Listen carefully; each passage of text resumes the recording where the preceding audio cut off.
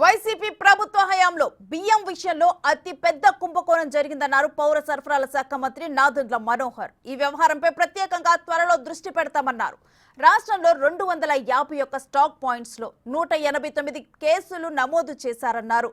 చక్కెరపై 110 కేసులు, కందిపప్పుపై 74, పామాయిల్ విషయంలో 4 కేసులు నమోదు చేశామన్నారు. అయితే ఇది ఆరంభం మాత్రమేనన్నారు నాదెండ్ల మనోహర్. అవసరమైతే విజిలెన్స్ ఎంక్వైరీ చేస్తామన్నారు. మొత్తాన్ని సీల్ చేయండి.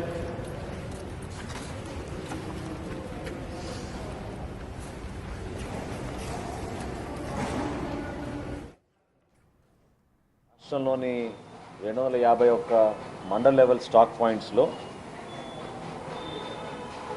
మొట్టమొదటి స్టాక్ పాయింట్ 16వ తారీఖున నేను తెనాల్లో చేసినప్పుడు 15వ తారీఖున తెనాల్లో తనిఖీ చేసినప్పుడు కొలతల్లో తేడా వచ్చినప్పుడు ఆ రోజు కమిషనర్ గారితో అదేవిధంగా సివిల్ సప్లైస్ కార్పొరేషన్ ఎండీ గారితో మాట్లాడి రాష్ట్ర వ్యాప్తంగా ఉన్న 251 మండల్ లెవెల్ స్టాక్ పాయింట్స్లో లీగల్ మెట్రాలజీ విభాగం అధికారుల ద్వారా రాష్ట్ర వ్యాప్తంగా తనిఖీలు చేయమని నేను ఆ రోజు ఆదేశాలు ఇవ్వడం జరిగింది. దానికి అనుగుణంగా ఈ 251 స్టాక్ పాయింట్లో తనిఖీలు చేసిన తర్వాత 189 కేసులు నమోదు చేశారు. వాటిలో చక్కెర పైన 110 కేసులు, 74 కేసులు కందిపప్పు పైన, 4 కేసులు పామాయిల్ పైన. ఈ తనిఖీల సమయంలో చాలా వరకు 10% తక్కువ ఉన్నాయి కొలతలు దీంట్లో. ఇది చాలా సీరియస్గా తీసుకోవాల్సిన అంశం. లీగల్ మెట్రాలజీ డిపార్ట్మెంట్ ప్రస్తుతం మేము చేసిన తనిఖీలు కందిపప్పు, చక్కెర, అదేవిధంగా పామాయిల్. ఆశ్చర్యకరమైన విషయం ఏంటంటే ప్రజలు ఒక నమ్మకంతో ప్రభుత్వం ఏర్పాటు చేసిన ఈ పౌర సరఫరాల శాఖ ద్వారా పబ్లిక్ డిస్ట్రిబ్యూషన్ సిస్టమ్ పీడిఎస్ ద్వారా మనం రేషన్ షాపుల ద్వారా కానివ్వండి, ఈ మొబైల్ డెలివరీ యూనిట్ల ద్వారా కానివ్వండి, నాణ్యమైన సరుకు అన్ని ప్రాంతాలకి ప్రతి వినియోగదారుడికి ఎవరికైతే తెల్ల రేషన్ కార్డు ఉందో వాళ్ళందరికీ అందించే విధంగా ఒక అద్భుతమైన కార్యక్రమం చేయవచ్చు. అటువంటి కార్యక్రమాన్ని వీళ్ళు దుర్వినియోగం చేసి అవినీతికి పాల్పడే అంశాలు చాలా బాధాకరం. ఇది ఆరంభం మాత్రమే. ఇంకా చేయాల్సిన అతిపెద్ద కుంభకోణం బియ్యం విషయంలో. సో ఏ విధంగా ధాన్యం కొనుగోలప్పుడు రైతుకు అన్యాయం జరుగుతుందో, వినియోగదారుడికి చివరికి బియ్యం సరఫరా చేసేటప్పుడు కూడా అక్కడ కూడా పొరపాట్లు జరుగుతున్నాయి. చాలా స్పష్టమైన ఆధారాలు ఉన్నాయి. వాటిపైన దృష్టి సారిస్తాం. ముందుగా ఈ కమోడిటీస్ ఏవైతే సామాన్యులకు అందుబాటులో తీసుకురావడానికి మేము అందిస్తున్నామో వాటిపైన ముందు చెక్ చేద్దామని చేసాం. ఇక్కడనే చాలా స్పష్టంగా మాకు ఈ తేడాలు కనపడుతున్నాయి.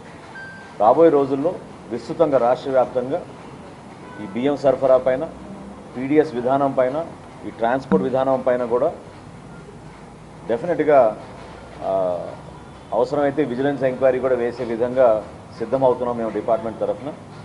లీగల్ మెట్రాలజీ విభాగం చాలా అద్భుతంగా పనిచేసి కష్టపడి జిల్లాలో ఉన్న జాయింట్ కలెక్టర్లు, తహసీల్దార్ అందరూ కూడా సహకరించి ఈ నమూనాలు సేకరించినప్పుడు మాకు వచ్చిన ఈ సమాచారం చూస్తే నిజంగా ఒక విధంగా బాధ కలిగిస్తుంది, ఒక విధంగా ఆశ్చర్యం కలిగిస్తుంది.